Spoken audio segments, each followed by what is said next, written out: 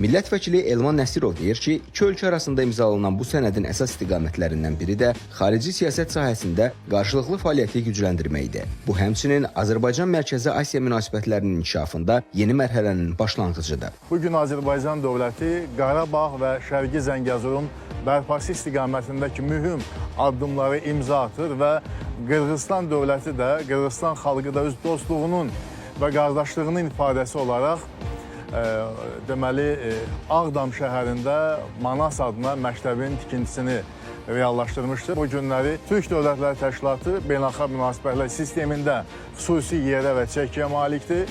2,1 trilyon dollarlı ümumi daxili məhsul istehsal edirlər. 4,8 milyon kvadrat kilometrlik əraziyə malikdirlər və belə bir reallıq fonunda Azərbaycanla Qırğızstan əlaqələri bu təşkilat çərçivəsində də sürətlə inkişaf edir. Sənəddə müasir dövrün çağırışlarına qarşı birgə mübarizə məsələlərinə də xüsusi önəm verilir. Təhlükəsizlikdən xarici siyasətə, iqtisadiyyatdan nəqliyyat və yüksək texnologiyalara qədər əməkdaşlığı əhatə edən sənəd iki ölkə münasibətlərinin uzunmüddətli inkişaf perspektivlərindən xəbər verir.